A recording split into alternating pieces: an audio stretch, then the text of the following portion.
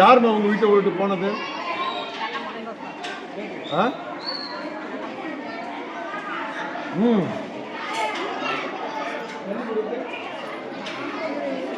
ஆடி வா, வெளில வந்துரு.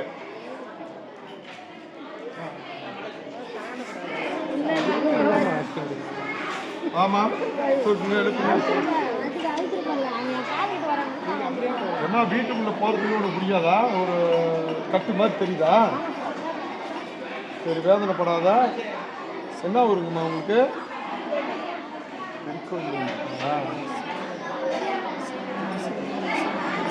கருப்புசாமிங்கிற ஒரு தெய்வத்தை வச்சு சில மந்திரவாதிகள் ஒரு வெறுப்புனால உனக்கு செஞ்சதுனால தான் வீடு தங்காதபடி உனக்குள்ளே வந்துச்சு. இல்லைன்னா வேற யாருக்கும் வீட்டை விட்டு போகிற மாதிரி, வீட்டுக்குள்ளே வராத மாதிரி, வீட்டை விட்டு ஓடுற மாதிரி சிந்தனைகளை அது கலப்புடுமா? புரியுதா? உனக்கு கூட இருக்கலாம் அது மாதிரி. எப்போதாவது கோச்சிட்டு போவியா அது மாதிரி? அதெல்லாம் செய்யக்கூடாது. அந்த கட்டை நீங்கள் உடச்சி விடணும். தொடர்ந்து வியாழக்கிழமை வரணும். என்ன வச்சுருக்கியாமா? பயப்படாதீங்க. அந்த மாந்திரிகத்தின் கட்டு இந்த நிமிஷத்தில் இந்த மகளை விட்டு ஓடிப்போ. ஓடு, கட்டு வரும், கட்டு ஓடு, வெளியில அப்படியே வைக்க. பல இது யோசிக்கிறீங்க.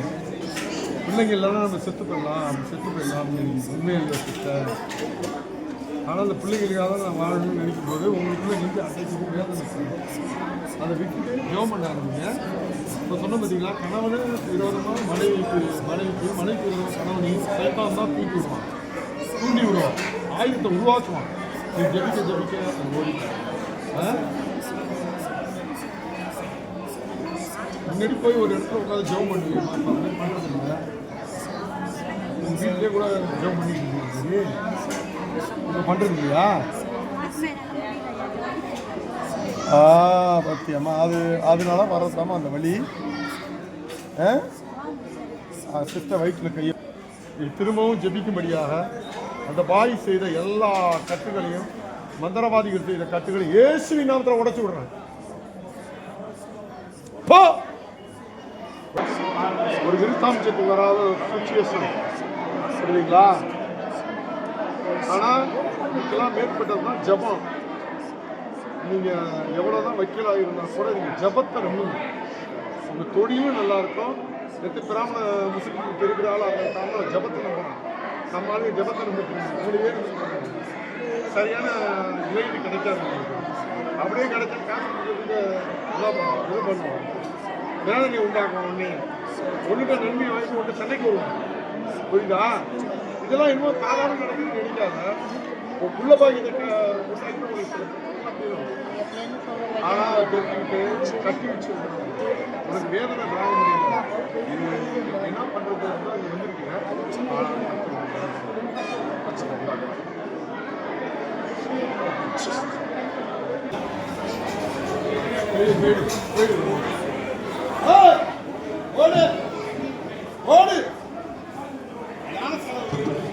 ஓடி போயிடு.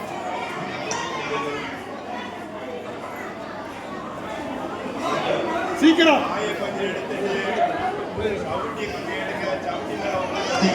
சீக்கிரம்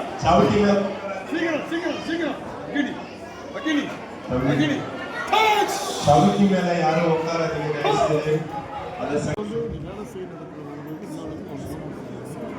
இந்த கட்டுகள் எப்படி உடையணும்னா அமாவாசை பாருங்க ஜபம் இருக்கணும். காலை ஜபம் வெள்ளிக்கிழமை கரெக்டாக உபவாசம் இருக்கணும். தொடர்ந்து இருக்கிற பற்றியா அது மாதிரி இருக்கணும். விட்டுறக்கூடாது. சொந்தம் வருது பந்தம் வருதுன்ட்டு கையை தனித்தனியாக பிரியுமா. இப்பொழுது உடல் எரிச்சல், வயிற்றுல புண்ணு இதெல்லாம் கொடுத்து குடைச்சல் கொடுத்து வெளியே முழு பொறுப்பு எடுத்திருக்கிறாங்க. திருவிருந்து உணவு காரியத்தை அவர் பொறுப்படுத்திருக்கிறாங்க. ராஜேஷ் வைக்க முடியாது. இந்த உடம்பை விட்டு ஓடி போய் அவங்க கண்டுபிடிச்சாச்சு வாசிக்கலாம்.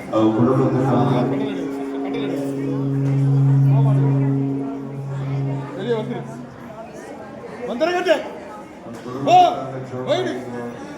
இயேசு கிறிஸ்துவின் நாமத்தினாலே உங்களை வாழ்த்தி வரவேற்கின்றேன். கடந்த நாள் முழுவதும் கர்த்தர் உங்களை கண்ணின் கருவியைப் போல பாதுகாத்தார். அல்லேலூயா. அவர் இல்லை என்றால் நாம் இன்றைக்கு உயிரோடு இருக்க மனிதர்கள் மீது எல்லாம் தலையில் நடந்திருப்பார்கள். மரண பள்ளத்தாக்கிலே நாம் அழிந்திருப்போம். Price Lord. ஹல்லேலூயா. நல்ல ஊழியம் செஞ்சுட்டு நானும் சகோதரரும் ஒரு பாஸ்டரும் பிரிஞ்சு போகும்போது நாங்கள் ஊழியம் செஞ்ச இடத்துல நாங்கள் எதிர்பார்த்த அளவு எங்களுடைய காணிக்கை இல்லை, எதிர்பார்க்கல. ஆனாலும் பஸ் ஃபேராவது கிடைக்குமானா அது கூட இல்லாத சூழ்நிலை. நாங்கள் அளந்து திரிந்து ஊழியத்தை செய்தோமே. அப்ப நான் கேட்டேன், என்னோட இருந்த பாஸ்டர்கிட்ட கேட்டேன், பாஸ்டர் காசு இருக்கா திரும்பி உங்களுக்கு போறதுக்கு அப்படின்னு. அவரு கொஞ்ச நேரம் யோசிச்சு கொஞ்சம் அப்படியே கண்ணீர் விட்டார். அப்படியே கொஞ்ச நேரம் கண்ணீர் விட்டார். ஏன் இதை சொல்றோம்னா, காலகாலமாய் நம்ம வாழ்கிறோம். ஒரே ஒரு வாழ்க்கை தான், அது இயேசுக்காக வாழணும். அப்ப அவரு போயிட்டாரு. அதே சிந்தனையிலே வந்து நைட்டு 12 மணி இருக்கும் வந்து இறங்கி. பிரயாணங்கள்லாம் ரொம்ப கஷ்டமா இருக்கு. இப்பெல்லாம் பஸ்ஸுல பல மணி நேரம் படிக்கட்டிலே பிரயாணம் பண்ற மாதிரி ஆயிடுச்சு. அதனால கடைசி காலமாக இருக்கிறதுனால நம்ம என்ன பண்ண வேண்டியதா இருக்குது, கஷ்டப்பட வேண்டியதா இருக்குது.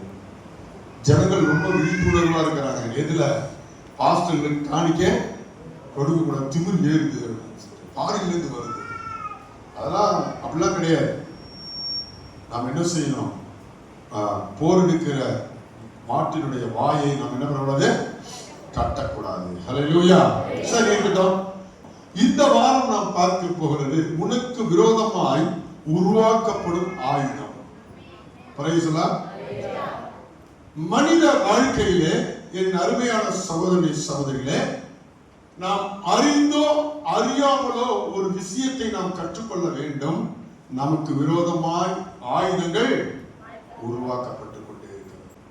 ஆனால் இன்றைக்கு நீங்கள் இந்த பிரசங்கத்தை நல்லா உன்னிப்பா உத்து கேட்டீங்கன்னா, நீங்க அறியல, ஆனா உங்களுக்கு விரோதமா மனிதர்களும் பிசாசுகளும் எழுப்பி உங்க குடும்பத்தையும் உங்க பிள்ளைகளையும் உங்களுடைய தொழிலையும் அழிக்க 100க்கு 100 போராடி கொண்டிருக்கிறாங்க.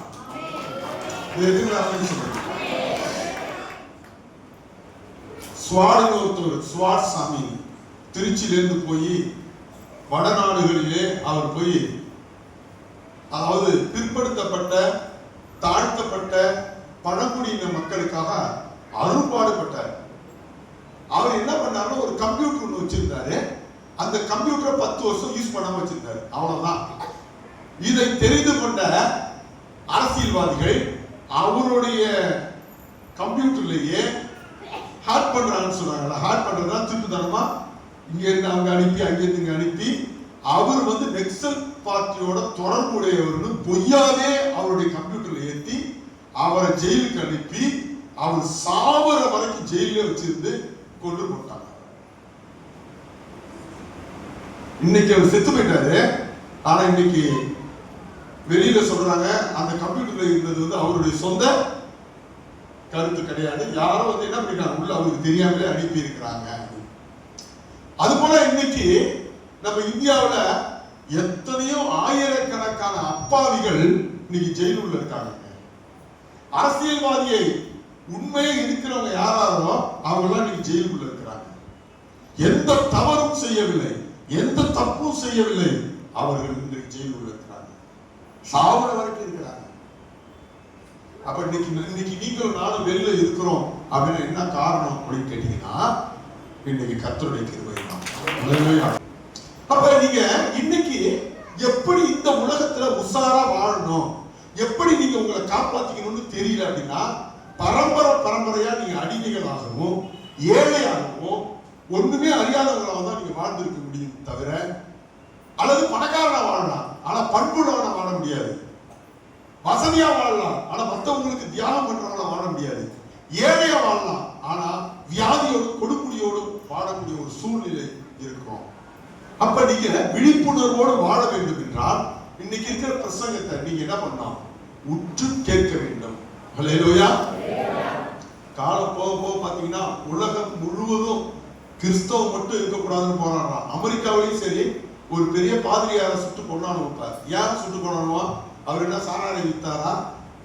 அல்லது பான்பராஜ் வித்தாரா அல்லது லஞ்சம் வாங்கினாரா? இல்ல. ஹோமோசெக்ஸ், அதாவது ஹோமோசெக்ஸ் என்னன்னா ஆணோடு ஆண் பெண்ணோடு பெண் உறவுக்கு வச்சு உடல் உறவு வைத்துக் கொள்ளக்கூடாது, பால் உறவு வைத்துக் கொள்ளக்கூடாதுன்னு எங்க பார்த்தாலும் பிரசங்கம் பண்ணாரு. இன்றைக்கு நாம் புரிந்து கொள்ள வேண்டும், விழிப்புணர்வுக்கு வர வேண்டும். ஒரு சினிமாக்காரன் பின்னாடி போய் 49 பேர் சாவறான்னா பாத்துங்க நம்ம நாடு எவ்வளவு ஒரு மோசமான. அவரு ஒரு பாஸ்டர் அமெரிக்காவில் சுட்டு கொண்டாங்க. என்ன காரணம் அப்படின்னா குடிக்க கூடாது, வாலிபர்கள் காதலிக்க கூடாது, ஓரிகை சேர்க்க வைக்க கூடாது, இந்த திருநங்கைகள் சொல்றாங்க பாத்தீங்களா, இந்த திருநங்கைகளோட பால் உறவு வச்சுக்க கூடாதுன்னு சொன்னதுனால திருநங்கையோட பால் உறவு வச்சிருக்கிற ஒரு மனுஷன் சுட்டு கொண்டான். அமெரிக்கா வந்து பெரிய கிறிஸ்தவ நாடு, அதனால கிறிஸ்தவர்கள்லாம் வந்து அவங்க வந்து அப்படி ஏத்துப்பாங்கலாம் சொல்லாதீங்க. மதம் அல்ல எதிர்ப்பு, விழிப்புணர்வு தான் எதிர்ப்பு. நான் சொல்றது உங்களுக்கு புரியுதா? ஹல்லேலூயா. அப்ப இன்றைக்கு நீங்கள் ஒரு விழிப்புணர்வோடு இருக்க வேண்டும். ஏதோ சர்ச்சுக்கு வரோம், ஒரு மதம் மாறணும், ஒரு கடவுளை மாத்திக்கிட்டு போனோம் அப்படின்னு இருக்கக்கூடாது. நீங்கள் விழிப்புணர்வு உள்ளவர்களாக இருக்க வேண்டும். ஹல்லேலூயா. அப்பதானே நீங்க முன்னேற முடியுமே தவிர மதம் மாறினதுனால நீங்க என்ன பண்ண முடியாது, முன்னேற முடியாது. ஹல்லேலூயா. கடவுளை மாத்திக்கிட்டதுனால நீங்க முன்னேற முடியாது. விழிப்புணர்வு நமக்கு தேவை. அதனாலதான் உங்களுக்கு எப்படி எல்லாம் ஆயுதங்கள் உருவாக்கப்படும் அப்படின்னு பாருங்க. நியாயாதிபதி புஸ்தகம் 13ஆம் அதிகாரம் 5வது வசனத்தை வாசிப்போம். நியாயாதிபதி புஸ்தகம்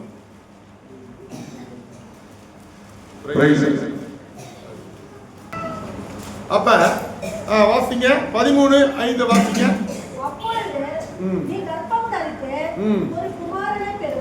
கர்ப்பம் தரித்து ஒரு குமாரனை பெறுவாய். ஹல்லேலூயா. இது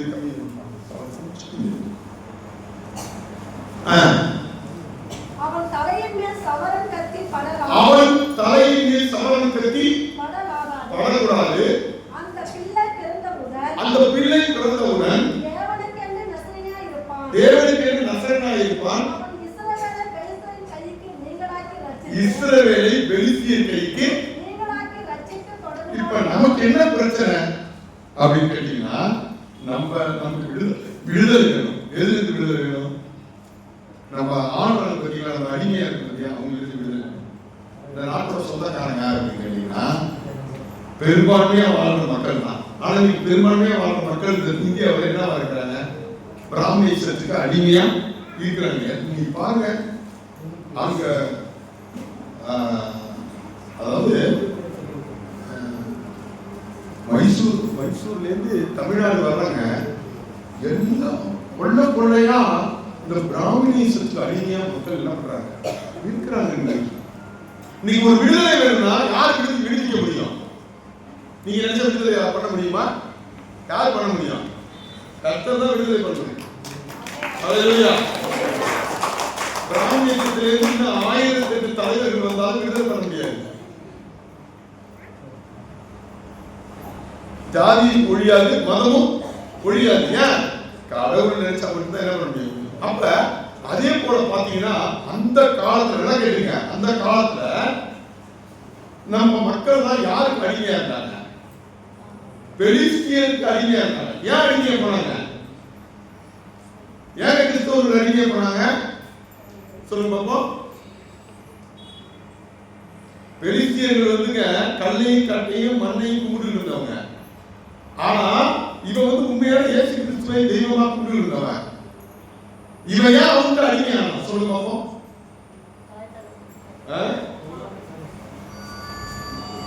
இவன் கர்த்தருடைய கட்டளைக்கு என்ன பண்ணல, கீழ்ப்படியவில்லை. ஹல்லேலூயா. நான் சொல்றது எல்லாம் புரியுதா உங்களுக்கு? அவர்கள் பாவம் செய்ய தொடங்கினார்கள். இப்ப நீங்க நம்ம எல்லாம் அடிமையா இருக்கிறோம். எதுக்கு அடிமையா இருக்கிறோம்? சாப்பாட்டுக்கு அடிமையா இருக்கிறோம். ஒருத்தவங்க குடிக்கு அடிமையா இருப்போம், ஒருத்தவங்க சினிமாவுக்கு அடிமையா இருப்போம், ஒருத்தவங்க பெண்ணுக்கு அடிமையா இருப்போம், பணத்துக்கு அடிமையா இருப்போம். இப்படி எதுக்காக வந்து நம்ம என்ன பண்றோம், அடிமையா இருந்து கர்த்தருக்கு விரோதமா என்ன பண்றோம், பாவம் செய்யறோம். அப்ப நம்ம பாவம் செய்யும் போது நம்ம என்ன பண்றோம், ஆண்டவரே மற்றவருக்கு அடிமையா ஒப்புக்கொடுங்க, இல்லைன்னா ஒப்புக்கொடுக்க மாட்டார். நீ தான் ஆளுங்க. எதுவுமே புரியுது. இப்ப ஆரம்பத்துல ஆளுகை செய்து கொண்டிருக்கிற இந்த கிறிஸ்தவங்க தொடர்ந்து பாவம் செஞ்சுட்டு இருக்கிறதுனால கிட்டத்தட்ட பல வருஷங்கள் என்ன பண்ணாங்க, இந்த பெலிஸ்தியர்கிட்ட போய் அடிமையா ஒப்பு கொடுத்தாரு. என்ன சொல்லுகிறாரோ அடிமையா. இப்ப இந்த அடிமை தனத்தை வந்து மீட்கிறதுக்காக அப்ப இருக்கிற மக்கள் எல்லாம் போய் ஜெபம் பண்ணாங்க. என்ன பண்ணாங்க? ஜெபம் பண்ணாங்க. ஆண்டவரே, நான் அடிமையா இருக்கக்கூடாது அப்படின்னு சொல்லி ஜெபம் பண்ணும் போது அங்க என்ன பண்ணாரு, ஆண்டவர் ஒருத்தவங்க பிறக்க வச்சாரு. அவன் பேர் என்ன? சிம்சோன். சொல்லுங்க. நம்ம சிம்சோன் இல்ல, நம்ம சிம்சோன் சராசரி ஆள்தான். அந்த சிம்சோன் அவன் பிறந்த உடனே என்ன பண்ணான், கடவுளுக்கு பிரியமா இருந்தான். கடவுளுக்கு ஜனங்கள் மேல பற்றா இருந்தான். ஜனங்களுக்கு விடுதலை வேணும்னு நினைச்சான். யாரு? இந்த சிம்சோன். எல்லாம் ஆச்சரியப்பட்டாங்க. வந்து அவன் குடும்பத்தை தான் பார்ப்பான். இப்ப என்னன்னா எங்க பார்த்தாலும் சமுதாயத்தை பத்தி யோசிக்கிறாங்க அப்படின்னு சொல்லி மேற்கட்டு மக்கள், இந்த மக்கள் அடிமையா வச்சிருக்கிற மக்கள் எல்லாம் ஒன்று கூடினாங்க. ஒன்று கூடி ஒரு திட்டம் போடுறாங்க. நல்லா கேட்டீங்க. திட்டம் போடுறாங்க. என்ன திட்டம் போடுறாங்க? இவனை எப்படியாவது சீக்கிரம் வைக்கணும், இல்லைன்னா நம்ம அழிச்சுமா. இவன் வந்து அந்த மக்களுக்காக விடுதலைக்காக போராட போறான். உடனே பார்த்துக்கிட்டு அவங்க என்ன பண்றாங்க அப்படிங்கிறத நீங்க பார்க்க போறீங்க. என்ன பண்றாங்க? படிய நியாயாதிபதி 14:6 வசிக்க. அப்பொழுது கர்த்தருடைய ஆவி அவன் மேல் பலமாய் இறங்கினதினால்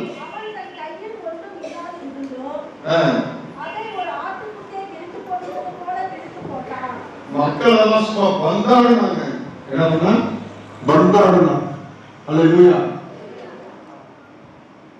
இப்ப பார்த்தானோ என்னடா இப்ப இவ்வளவு பெரிய ஆளாயிட்டான் அப்படின்னு சொல்லி நியாயாதிபதி 16வது அதிகாரம் 5-6 வாசிங்க. டைம் இல்லை.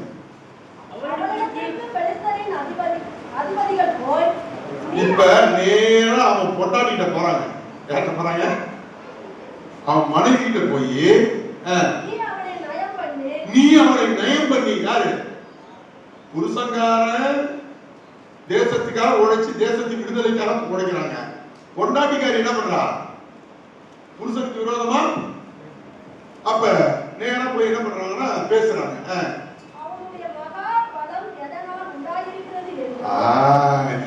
இப்ப கேட்கிறானோ அவன் மகாபலன் எதனால உண்டாச்சுன்னு போய் கண்டுபிடி.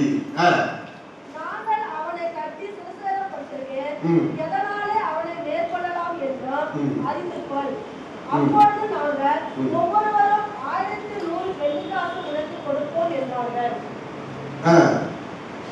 அப்படியே தெளிவா சிம்சோனை பார்த்து, உன் மகாபலம் எதனாலே உண்டாயிருக்கிறது. பாத்தீங்களா?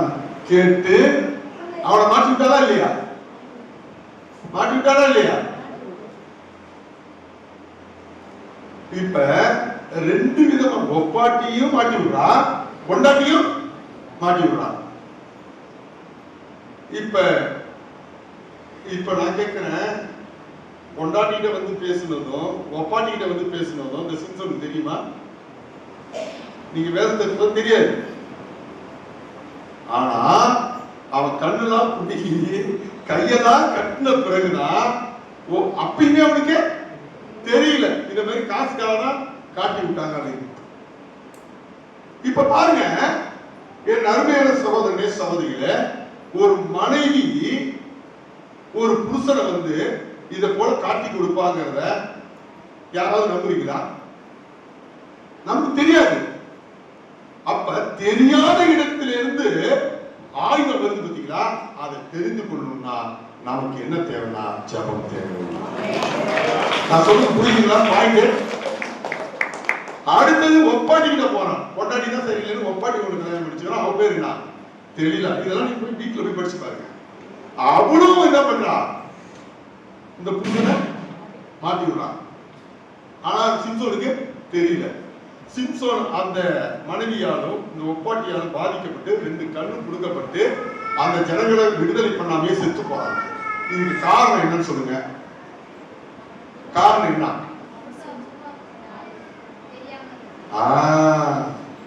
அதுல ஏசாயா தீர்க்கதரிசன புத்தகத்துல சொல்லப்பட்டிருக்குது 54ஆம் அதிகாரம் 17வது வசனத்துல சொல்லப்பட்டிருக்குது, உங்களுக்கு விரோதமா ஆயுதம் உருவாக்கப்படும். பிள்ளையா இருக்கலாம், பங்காளியா இருக்கலாம், மனைவியா இருக்கலாம், புருஷனா இருக்கலாம், யாரும் குற்றவாளி இல்லைங்க. அவர்களுக்குள்ளே இந்த பேய் வந்து பூந்துச்சுன்னா அவர்கள் மூலமாக அதுக்கு இயேசு. மனைவிதான் என்ன பண்றது? இப்ப படிங்க 17 ஏசாயா தீர்க்கதரிசன புத்தகம் 54. உனக்கு விரோதமாய் உருவாக்கப்படும் எந்த ஆயுதமும் என்ன எப்ப வாய்க்காம போவோம் சொல்லுங்க எல்லாரும். எப்ப சொல்லுங்க. சங்கீதம் 119:10 வாசிக்க சொல்லுங்க.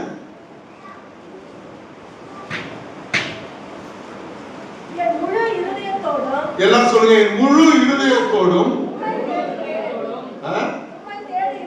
உம்மை தேடுவேன். எல்லாம் சொல்லுங்க. காலையில தேடினீங்களா? ஒரு மணி நேரமாவது இயேசுவை தேடுறது கிடைச்சிருங்க பாப்போம். பாதி பேர் தூங்கல. எப்படி விடியும்? உன்னை முழு இருதயத்தோடும் தேடுகிறேன்,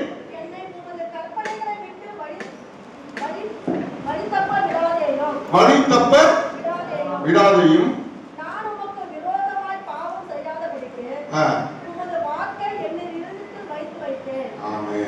எப்பொழுதும் பைபிள் வாசிச்சுக்கிட்டு ஜெபம் பண்ணீங்கன்னா உனக்கு விரோதமா அந்த பாவங்கள் நமக்கு செய்ய மனசு வராது.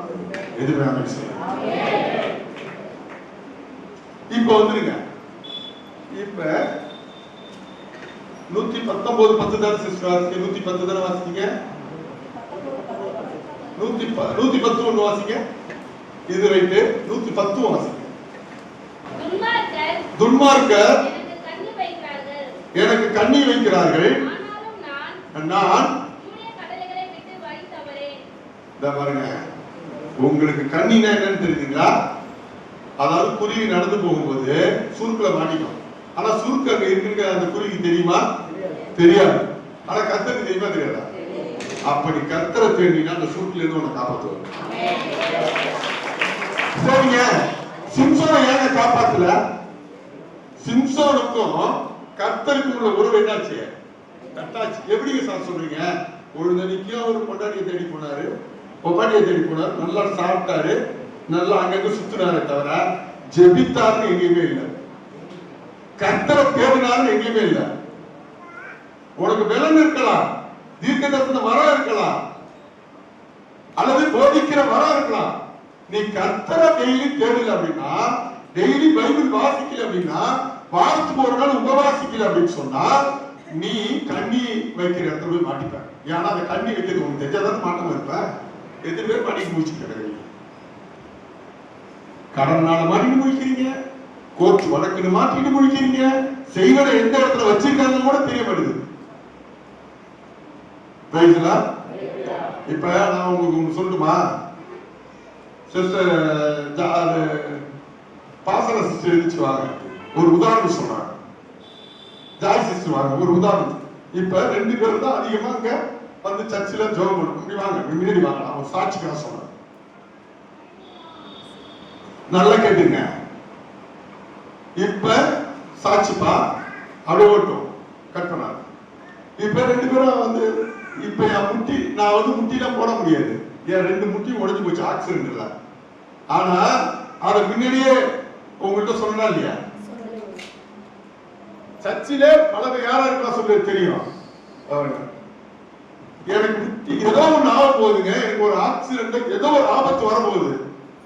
ஆனா இப்ப ஆக்சிடென்ட் எப்படி பாஸ்டர் வந்துச்சு?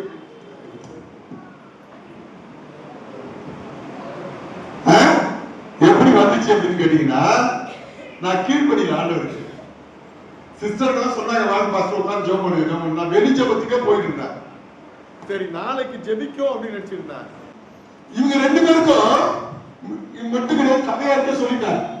அப்ப நான் கீழ்படியாதனால எனக்கு என்ன ஆயிடுச்சு? முட்டி உடஞ்சு போச்சு. இப்ப நான் முட்டி போட முடியுமா? பிசாசுடைய மெயினான குறிக்கோளை என்னன்னா முட்டி போடக்கூடாது. ஏன்னா நான் முட்டி போட நீங்களும் முட்டி போடுவீங்க.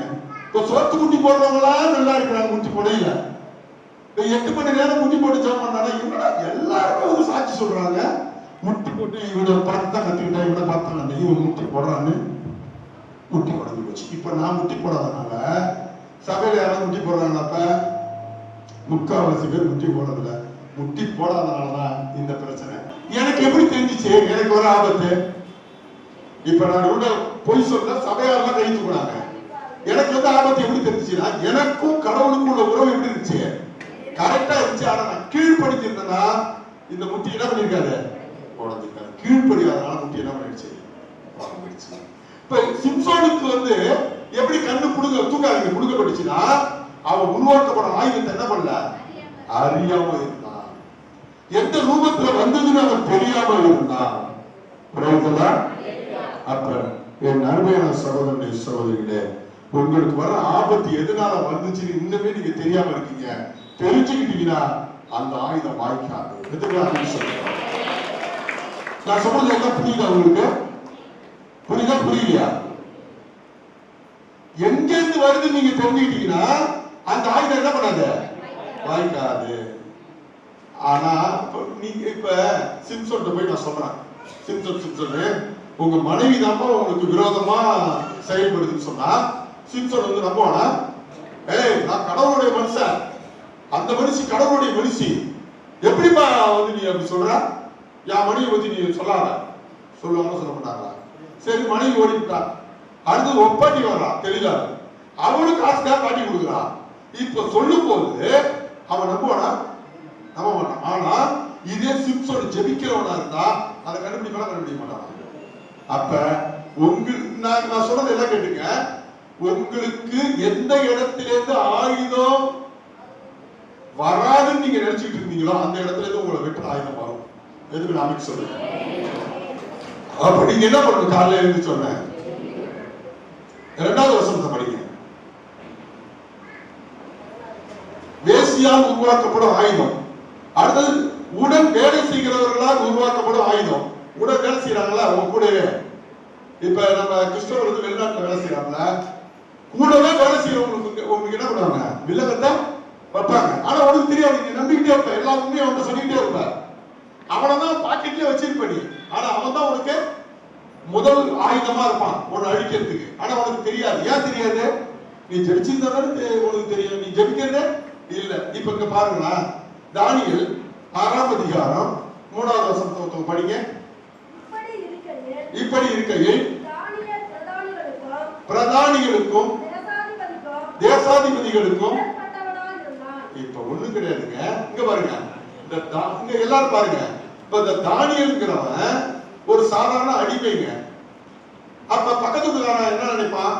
இந்த தானியேல் அடிமையா இருந்தானா அடிமையாவே தான் இருக்கணும்னு நினைப்பான். உண்மையா இல்லையா? இவன் என்ன பண்றான்? நல்லா செபிக்கிறான். இங்க பாருங்க, நல்ல உபவாசம் பண்றான், நல்ல பைபிள் வாசிக்கிறான். இவனை என்ன பண்றாரு? கடவுள் நாளுக்கு நாள் உயர்த்துறாருங்க. அந்த இவன் வந்து இஸ்ரேல் நாட்டுல இருந்து எங்க போறான்? பாபிலோனுக்கு போகும்போது, அந்த பாபிலோன் இப்ப இருக்கிற ஈரான் நாட்டுக்கு போகும்போது அவனை கர்த்தர் என்ன பண்றாருன்னா அடிமையா போறாங்க. என்ன சொல்லுங்க? அங்க ஜெயில வச்சு ஒரு கைதியா போறான். அந்த கைதிய உண்மையா அவன் ஜெபிக்கிறதுனால, உண்மையா பைபிள் வாசிக்கிறதுனால அவனை கர்த்தர் என்ன பண்றாரு? அப்ப ராஜா அவனை கூப்பிட்டு அவன் அறிவை பார்த்து ஆச்சரியப்பட்டு அவனை என்ன பண்றாருன்னா ஒரு பதவி கொடுக்கிறாரு. இங்க பாருங்க, எல்லாம் நல்லா கேளுங்க. என்ன பதவி? 120 எடுத்தோட ராஜா கிடையாது, 120 பிரதானிகளுக்கு 3 தலைவர்கள் இருந்தான். அந்த 3 பேர்ல இவங்க ஒருத்தன். யாரு? தானியேல் ஒருத்தன். அந்த வேலையை நல்லா செய்யறான். செஞ்ச பிறகு என்ன பண்றான்னா அந்த 3 பேருக்கும் பிரதானிகளுக்கு தலைவனா வச்சிருக்கான். நல்லா கேட்டீங்க. அப்புறம் இன்னும் நல்ல வேலை செய்யறான். வேலை செய்ய ஆரம்பிச்சோட அந்த தேசம் முழுவதுக்கும் ராஜாவுக்கு அடுத்த அதிகாரியாக மாற்றினார். இப்ப என்ன நல்லா கேட்டீங்க. இப்ப அவன் கூட வேலை செஞ்சான் பாத்தீங்களா? அவனுக்கு எல்லாம் பொறாம வருமா வராதா? அவன் ஜெபம் பண்ணாலும் உடுப்பான், அவன் எந்த கடவுளை கும்பிட்டாலும் உடுப்பான், அவன் சிலையை தான் கும்பிடுறான், சிலை இல்லாத உடுப்பான். ஆனா அவன் நாளுக்கு இந்த உடன் வேலை செஞ்சுட்டு இருக்காங்க பாத்தீங்களா? யாராவது பாருங்க, அங்க டைம் இல்லாதனால சுருக்கமா சொல்றேன். 7ஆம் அதிகாரம் 7 வாசிங்க. எவனாகிலும் 30 நாள் வரைக்கும் உம்மை தவிர எந்த தேவனையானாலும் மனுஷனையானாலும் நோக்கி யாதொரு காரியத்தை குறித்து விண்ணப்பம் பண்ணினால் இந்த சதி யாருக்காக செய்யறானோ, யாருக்காக தாயத்தை உருவாக்குறானோ, இது தானியலுக்கு தெரியுமா? இப்ப நீங்க வந்து உட்கார்ந்து இருக்கிற, ஆனா ஒரு குடும்பத்துக்கு விரோதமா நீ வர்றப்பே துண்ணூறு வீசி விடணும். ஆனா நான் சொன்னா நீ நம்புவியா? சிஸ்டர், உங்களுக்கு குடும்பம் அழியுதுன்னு சொல்லி துண்ணூறு வீசுறாங்க சொன்னா நீ நம்ப மாட்டேன். உன் பிள்ளை நல்லா படிச்சுச்சுன்னா துண்ணூறு வீசு வரணும். ஏன்? படிச்சுட்டு வேலைக்கு போனா, இப்ப நான் பாஸ்டரா இருக்கேன், என் கூடவே ஜெபிக்கிற ஒரு 2-3 சிஸ்டருங்க இருக்காங்க. அந்த சிஸ்டரை விடுவானா சைத்தான்? பிரதர் இருக்காங்க, விடுவாங்களா? எனக்கு விக்கி வந்து நல்லா வேலை செஞ்சு கொடுப்பான், உங்களுக்கு எல்லாருக்குமே தெரியும். ஆனா அவன் கடைசி வரைக்கும் இங்க இருந்து முடிச்சா அவனை கலெக்டாங்க.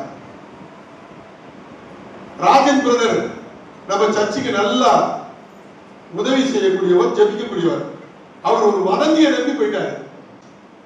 எதுக்காக சொல்லுகிறேன் அன்பு சகோதரனே சகோதரிகளே, அப்ப எனக்கு ஒன்றும் பாதிப்பு இல்லை.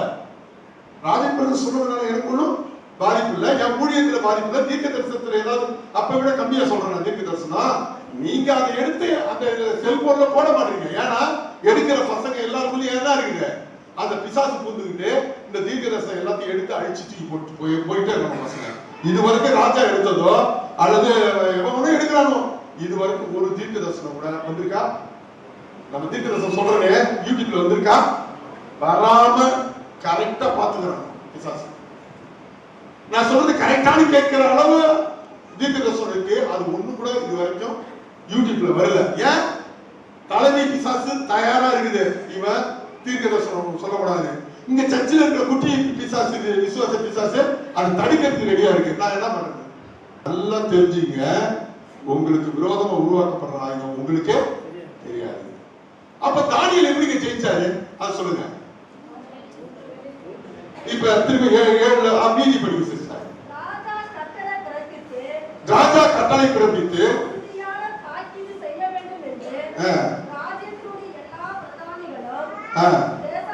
இங்க பாருங்க, இப்ப இந்த பிரதானிகள் எல்லாம் யாருக்கு கீழே வேலை செய்யற ஆட்கள்? தானியலுக்கு கீழே வேலை செய்யற ஆட்கள். இப்ப இந்த பிரதானிகள் மேல அந்த தானியல் அன்பு வச்சிருப்பானா வச்சிருக்க மாட்டானா? உன் அங்காளி பங்காளிங்கிற, உன் ஃப்ரெண்டுங்கிற, உன் ஜாதிகாரங்கிற, உன் ஜாதிகாரங்களே நீ அதிகமா அன்பு வச்சிருப்பா, அவன் தான் உனக்கு கணக்கு இருப்பான். அப்ப தானியல் யார நம்பிக்கிட்டு இருக்கிறான்? இந்த பிரதானிகளை எல்லாம் நம்புறான். பிரதானிகளும் தேசாதிபதிகளும் யாருக்கு கீழே தான் வேலை செய்யறா?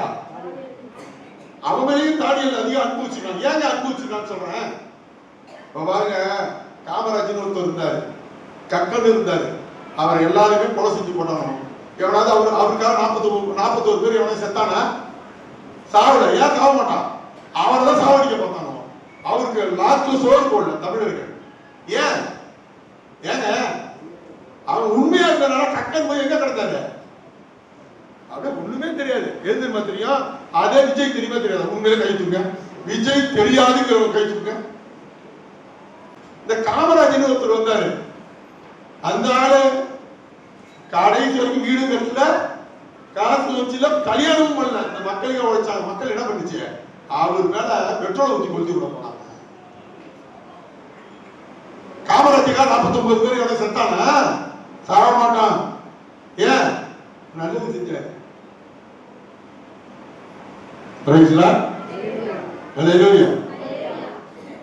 சரி, அப்படி சொல்லிக்கிட்டே போலாம். எதுவும் சொல்ல வர மாட்டேன். இப்ப அதே போல இந்த தானியல் வந்துங்க எந்த சுயநலமும் கிடையாதுங்க. அவன் அந்த தானியல் வந்து நல்ல ஒரு அரசியல்வாதி, எதுவுமே சம்பாதிக்கல.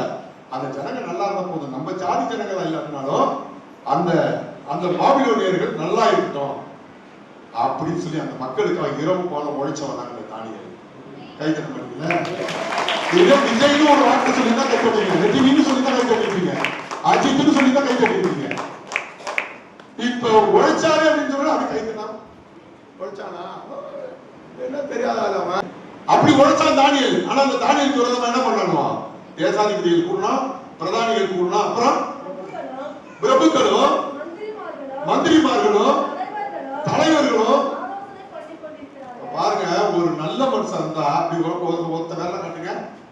ஒரு நல்ல மனுஷன் இருந்தா அந்த நல்ல மனுஷனுக்கு விரோதமா எல்லாரும் கூடுவாங்க. இது தானியல் தெரியுமா? ஆனா தானியல் எப்படி ஜெயிச்சாரு? இப்ப தூக்கி, நான் சொல்ற மாதிரி டைம் இல்ல, தூக்கி அவனை சிங்கத்துக்குள்ள போட்டாங்க. இப்ப எங்க கிடக்குறாரு தானியல்? இப்ப பாருங்க, தூங்காதீங்க. ஓட்டு மிஷினை வேணாலும் ஹார்ட் பண்ணி மாத்தலாம். ஓட்டு மிஷின் இருக்கு பாத்தீங்களா, அதை எந்த இதுக்கு வேணாலும் மாத்திக்கலாம்.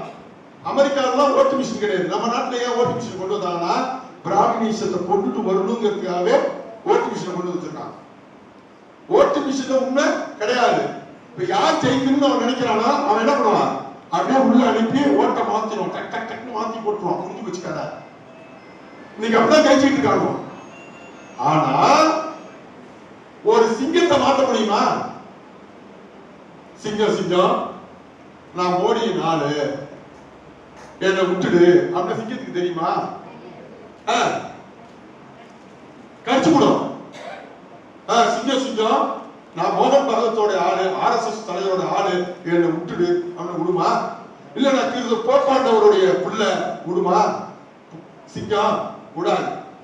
அப்புறம் தானியல் போய் பாரு, சிங்கம் என்ன சொல்லுங்க, சிங்கம் நான் யார் தெரியுமா? நல்ல ஞானம் இருக்கு, நான் அந்த ராஜாவுக்கு கீழே இருக்கிறாள், எங்க கடிக்காம விடுமா? விடாது. நீ என்ன சொன்னாலும் விடாது. ஆனா இயேசுவின் பேரை சொன்னதுனால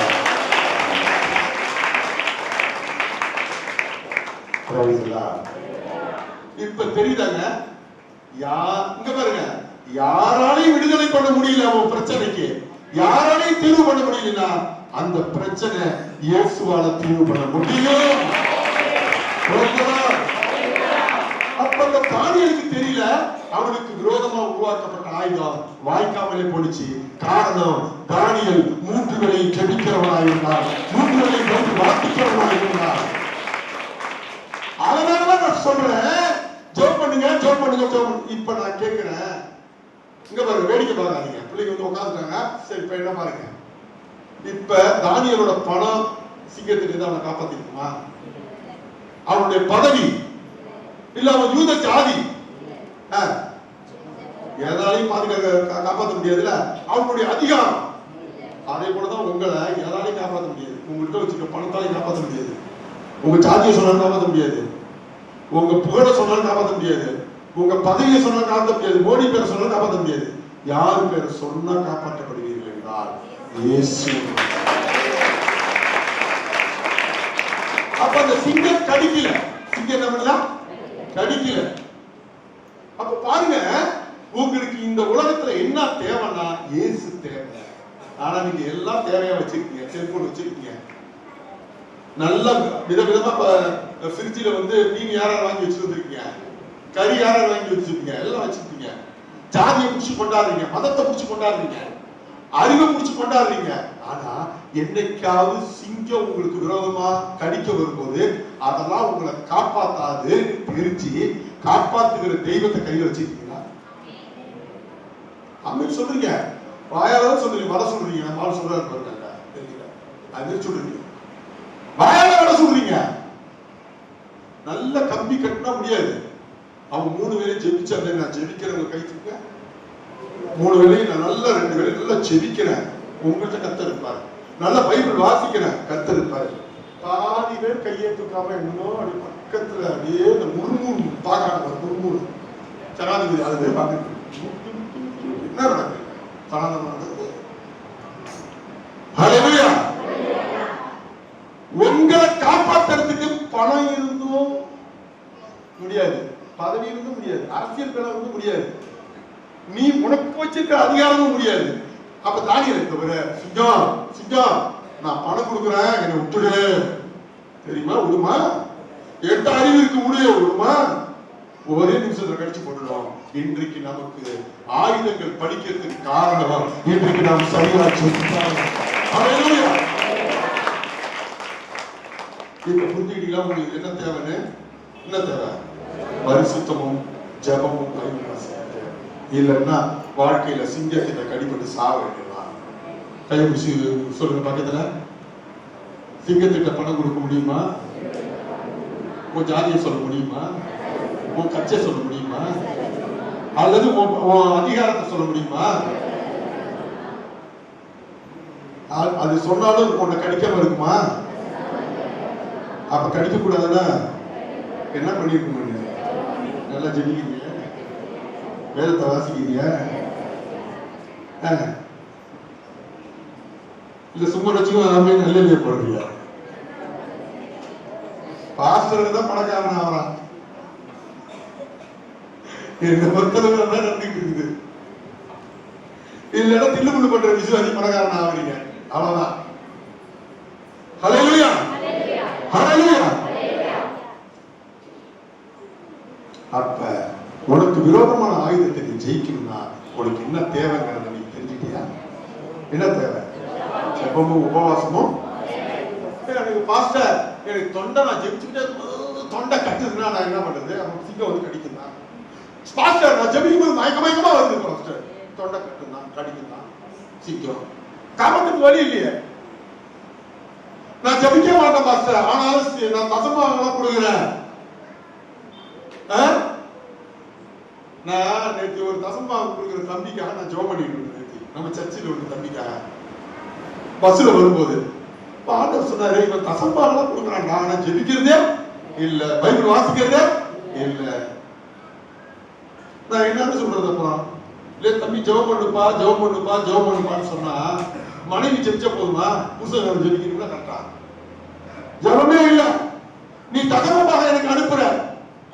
அதனால நானும் பெரிய ராஜாவா ஆகல. என்ன அந்த சோபட்டிக்காரன் காலு உடைஞ்சதுனால ஒருத்தன் வாங்கி தவிர ஒரு அது என் பேர்ல தான் இருக்குது, நான் போய் சொல்ல மாட்டேன்.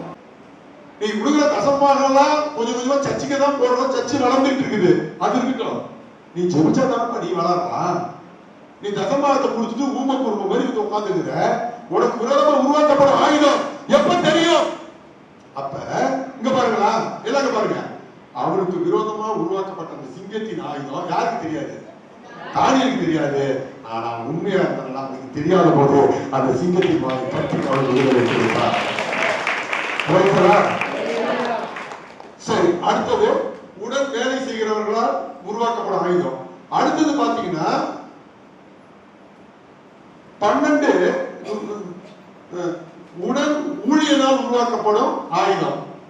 இப்ப உடன் ஊழியர் தான் யாருன்னா, நீங்க யாராவது ஹெல்ப் வச்சிருக்கீங்களா?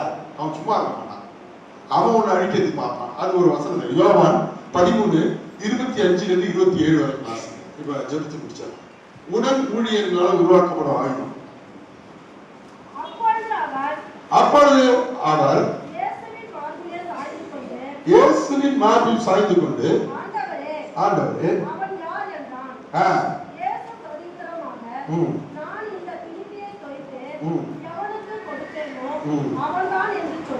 அவன்தான் என்று சொல்லி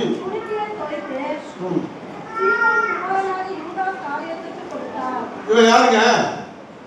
இப்ப இயேசு சொல்றாரு, என்ன வந்து கொலை செய்ய போறாங்கப்பா, சிலுவையில குத்தி கொல்ல போறாங்கப்பா, என் மேல எச்சி துப்ப போறாங்கப்பா, என் ட்ரெஸ் எல்லாம் அவுத்து விட்டு துப்ப போறாங்கப்பா, என்ன ஒருத்தன் உங்கள ஒருத்தவன் இல்ல ஒருத்தன் காட்டி கொடுக்க போறான்ப்பான்னு.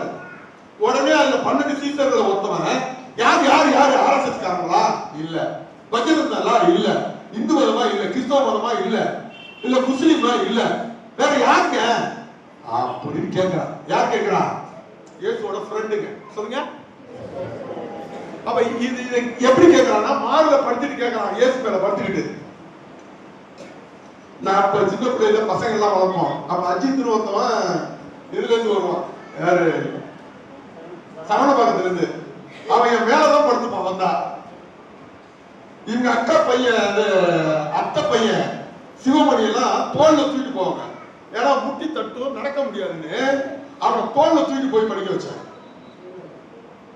யாரு? நம்ம பாரதி ராஜாவுடைய அத்தை பையன். அதுவும் நிறைய பசங்க முடிச்சிருக்கான். எல்லாம் கேட்பாங்க, உங்க பையனா உங்க பையனான்னு கேட்பாங்க. அப்ப நிறைய விசுவாசிகள் நம்ம என்ன பண்ண அழைச்சிட்டு போய் செஞ்சிருப்பான். அது போலதான் இயேசு வாழ்ந்திருக்காரு. எப்படி வாழ்ந்திருக்காரு?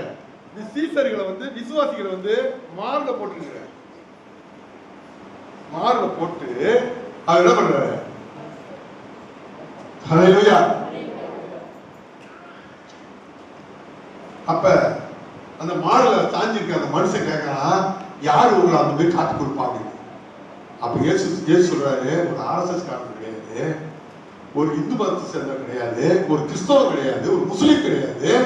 அப்புறம் யாருப்பா உன்னை காட்டி கொடுக்கறது அப்படின்னா, இப்ப பாரு யாரு காட்டி கொடுப்பான்னு சொல்ற பாருங்க. இப்ப யார் அந்த பாருங்க. அந்த துணிக்கை அவன் வாங்கின பின்பு இந்த துணிக்கை நினைச்சு நான் யார்கிட்ட கொடுக்குறோம் அவன் தாங்கிறாரு. அதை முதல்ல இருந்து படிக்க சிஸ்டர் திரும்ப.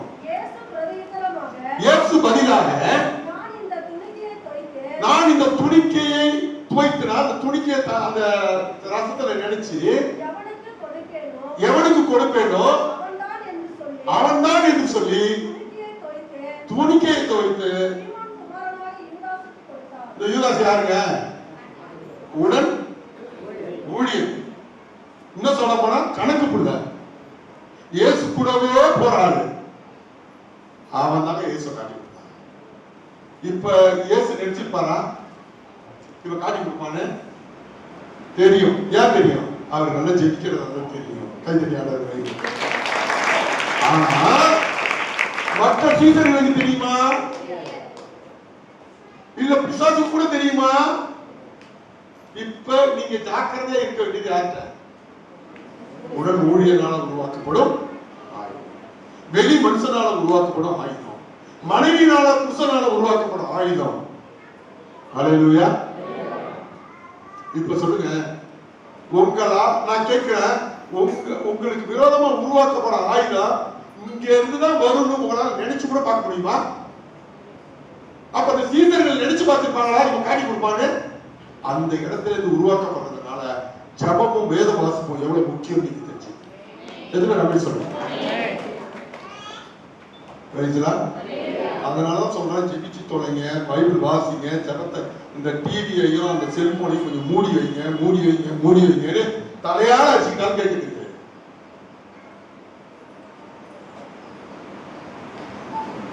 அதுவும் சகோதரர்கள் சுத்தமா ஜெபிக்கிறதே கிடையாது. விழுப்புரத்தை ஆது பெயராய் கொண்டிருக்கிற நீங்க கணவனும் மனைவியா சேர்ந்து அதிகமா ஜெபிக்க என்னைக்கு ஆரம்பிக்கிறீங்களோ அப்பதான் உங்களுக்கு ஒரு உயர்வு. பாஸ்டர் நீங்க வெளிப்படையா ஏன் பாஸ்டர் பேசுறீங்க? இதனால உங்களுக்கு ஏதாவது லாபமா? லாபம் கிடையாது, நஷ்டம் தான். ஏன் நஷ்டம்னா நான் உண்மையை சொல்ல சொல்ல என்ன அடிக்க வருவீங்க. ஹல்லேலூயா. அப்ப நான் என்ன நினைக்கிறேன்னா, நான் முன்னேறுவதை விட என் பிள்ளைகள் என் குடும்பம் முன்னேறுவதை விட அதுக்கு ஈக்குவலா அல்லது அதை விட நீங்க முன்னேறணும். இவ்வளவு வெளிச்சமா எதுக்காக சொல்றேன்னா, உன் கூட இருக்கிற உருவாக்குற ஆயுதம் உனக்கு தெரியலன்னா உன்னை ராஜாவாக்கி ஒரு பிரயோஜனமும் இல்லை. ஹல்லேலூயா. ஹல்லேலூயா. ஹல்லேலூயா. உங்களுக்கு மிக முக்கியமானது என்ன அப்படின்னா, இனி உங்க வாழ்க்கையில ஜபமும் உபவாசமும் ஒரு முக்கியமானது. அப்படி இருந்தாதான் உங்களுக்கு விரோதமான ஆயுதம் வாய்க்காமலே போகும். Praise the Lord. ஹல்லேலூயா.